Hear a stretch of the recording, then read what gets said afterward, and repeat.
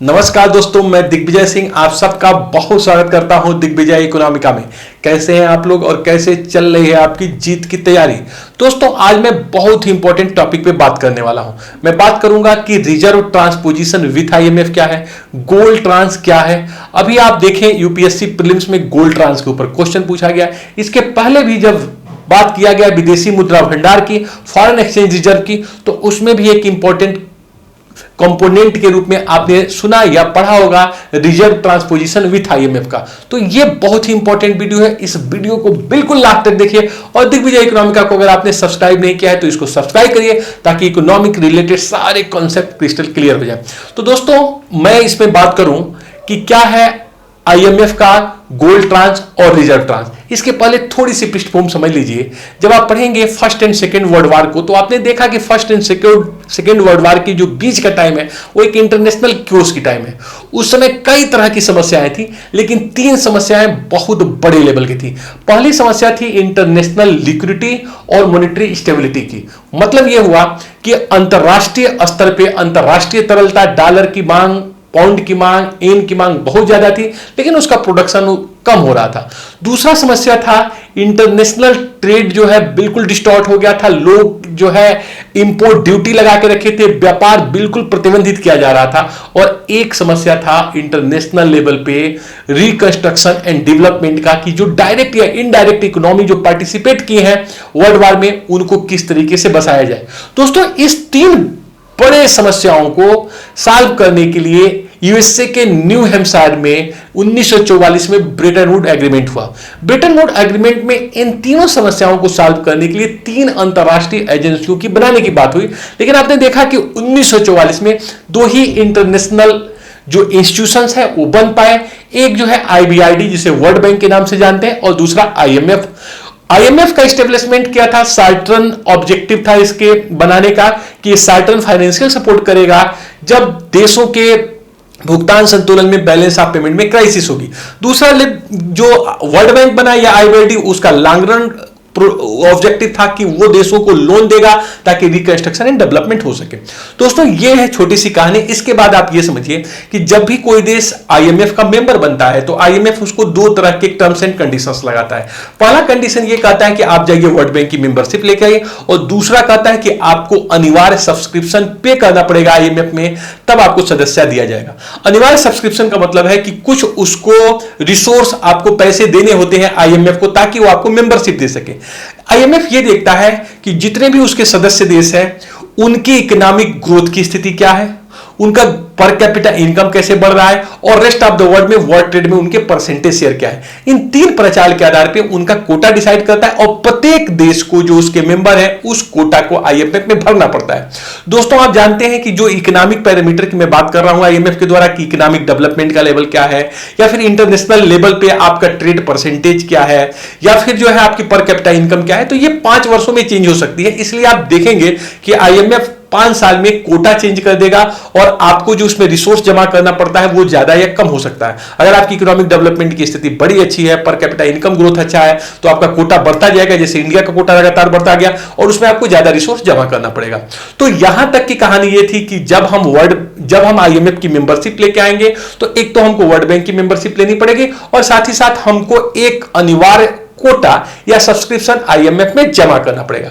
जब दोस्तों कोई भी देश आईएमएफ का सदस्य बनता है तो इसलिए बनता है ताकि उससे कुछ फैसिलिटीज दे सके, और ये हमारा लेक्चर उसी के ऊपर आधारित है। दोस्तों जो फाइनेंशियल सपोर्ट आईएमएफ द्वारा देशों को किया जाता है, मेंबर्स को किया जाता है, वो दो तरह का होता है। एक तो लोन देता है आईएमएफ, जो है पहला चीज देता है लोन।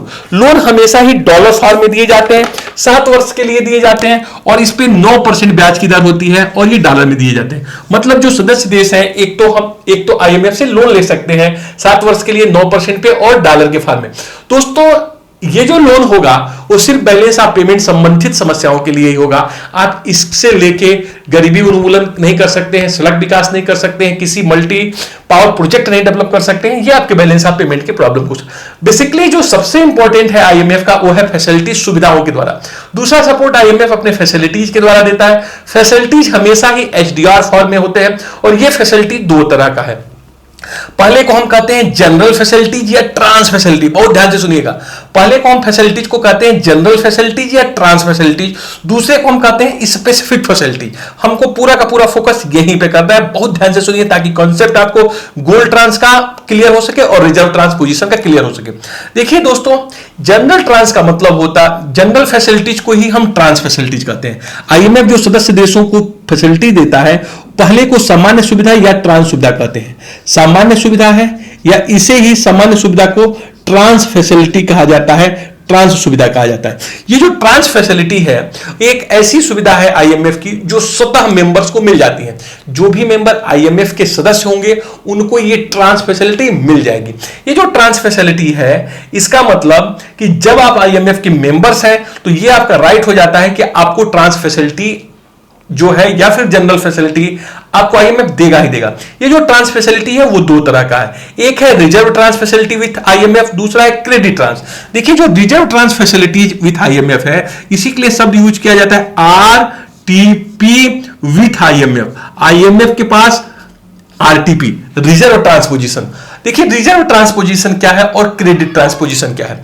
मैंने कहा कि जैसे मान लीजिए इंडिया आईएमएफ का मेंबर बना तो उसको दो तरह की उसके पास कंडीशंस थे, एक तो वर्ल्ड बैंक की आप सदस्यता लेके आइए और दूसरा आपको एक कोटा देना पड़ा। मान लीजिए कि भारत ने $100 करोड़ का कोटा दिया और $100 करोड़ का सब्सक्रिप्शन कोटा देने के बाद उसको मेंबरशिप मिली।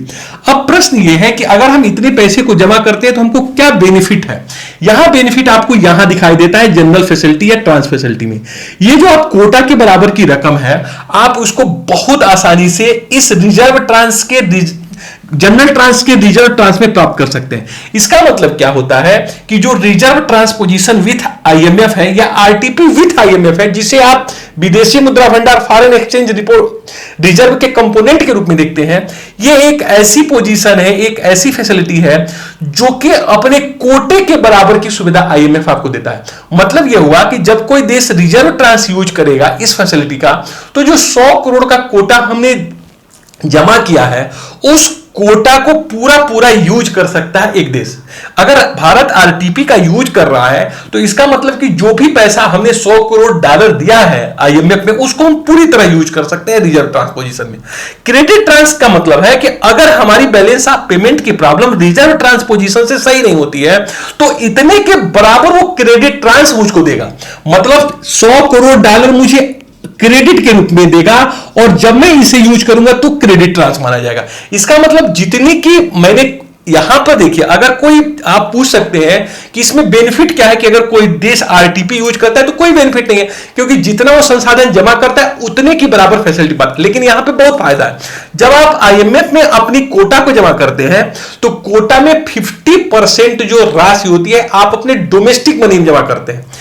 तो सबसे पहले जब आप कोटा अपना पे करेंगे आईएमएफ के पास तो उसमें 25% जो कोटा होगा, मान लीजिए 100 करोड़ है तो आप $25 करोड़ या गोल्ड में दे सकते हैं। दूसरे 25 करोड़ आप किसी भी विदेशी मुद्रा भंडार में दे सकते हैं या एचडीआर में दे सकते हैं, और जो लास्ट का 50% है आप अपनी करेंसी में देंगे। किस में देंगे? रुपए में। लेकिन आपको ये फैसिलिटी जो एचडीआर में मिलेगी, इसका मतलब अगर आप आरटीपी का यूज कर रहे हैं तब भी आपको बहुत ज्यादा बेनिफिट मिल रहा है, क्योंकि आपने जो पैसा जमा किया है वो जमा किया है 50% डोमेस्टिक करेंसी में और आपको मिल रहा है पूरे के पूरे एचडीआर फॉर्म में। तो बहुत ध्यान से समझिए कि जब भी कोई देश अपने बैलेंस ऑफ पेमेंट की खराब सिचुएशन में होता है और जब अपने कोटा के बराबर यूज करता है, इसका मतलब ये इसी का पैसा है। इसी बताइए, मैं कह रहा हूं विदेशी मुद्रा भंडार का पार्ट माना जाता है। ये आरटीपी उतने बराबर की राशि आप हमेशा यूज कर सकते हैं।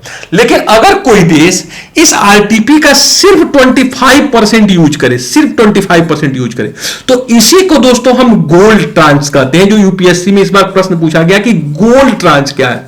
अगर कोई देश अपने बैलेंस ऑफ पेमेंट को सॉल्व करने के लिए अपने रिजर्व ट्रांस का सिर्फ 25% यूज किया, सिर्फ 25% यूज किया, तो इसी 25% को आप गोल्ड ट्रांस कहेंगे, गोल्ड ट्रांस कहेंगे। अगर कोई जो है देश अपने बैलेंस ऑफ पेमेंट के यूज करने के लिए आरटीपी का पूरा 100% यूज कर दिया, 100 करोड़, तो उसको आप सिर्फ ट्रांस कहते हैं, सुरक्षित ट्रांस कहते हैं। मतलब अपने ही कोटा के बराबर उसने यूज किया है तो उसको आप सिर्फ ट्रांस, यूपीएससी में एक प्रश्न पूछा जा सकता है, सिर्फ ट्रांस कहेंगे आप उसको या फिर कहेंगे सुरक्षित ट्रांस।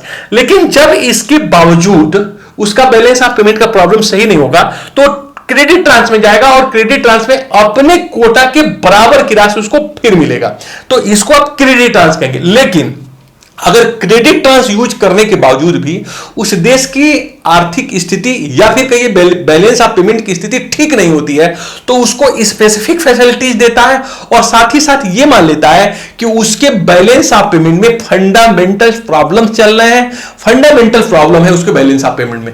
तो दोस्तों कुल मिला जुला के जब हम रिजर्व ट्रांसपोजिशन की बात या गोल्ड ट्रांस की बात करते हैं तो हमेशा हम फैसिलिटीज की बात करते हैं। फैसिलिटीज मैंने आपको बताया कि हमेशा एसडीआर फॉर्म में देता है आईएमएफ, और ये दो तरह की फैसिलिटी, जनरल फैसिलिटी और स्पेसिफिक फैसिलिटीज के रूप में होते हैं। जनरल फैसिलिटीज को ही हम ट्रांस फैसिलिटीज कहते हैं और ये ट्रांस फैसिलिटी दो भाग में बटे हैं, रिजर्व ट्रांसपोजिशन विथ आईएमएफ जिसे हम आरटीपी विथ आईएमएफ कहेंगे और दूसरा क्रेडिट ट्रांस। आरटीपी में मैंने कहा कि जो आपका कोटा है उसके बराबर की आप सहायता ले सकते हैं, लेकिन ये एसडीआर फॉर्म में होगा इसलिए इसको लेने पर भी बेनिफिट है। अगर कोई देश सिर्फ इसका 25% यूज करके अपने बैलेंस ऑफ पेमेंट के प्रॉब्लम को सॉर्ट आउट दोस्तों कर दे रहा है तो आप इसको कहेंगे कि वो गोल्ड ट्रांस यूज किया है। तो दोस्तों आईएमएफ का जब हम मेंबर बनते हैं तो हमको नो डाउट हमको पेमेंट करना पड़ता है, लेकिन उस पेमेंट से ज्यादा आपको बेनिफिट होता है क्योंकि वो आपको कई तरह की फैसिलिटीज देता है। तो दोस्तों ये रहा रिजर्व ट्रांस की बात, गोल्ड ट्रांस की बात, सेफ ट्रांस की बात, सुरक्षित ट्रांस की बात। तो दोस्तों बड़े ध्यान से, बड़े मनन पूर्वक अपने लक्ष्य की तरफ बढ़ते जाइए। एक एक दिन जाया ना जाए, एक एक दिन को यूज करिए। जो व्यक्ति अपने समय का सही यूज करता है, समय को रिस्पेक्ट करता है, समय उसको बहुत ज्यादा रिस्पेक्ट करता है, बहुत ज्यादा। तो रिस्पेक्टेबल पर्सन बनने के लिए समय को रिस्पेक्ट करिए, समय आपका रिस्पेक्ट करेगा। Thank you so much for watching Digvijay Economica. God bless you dear friends.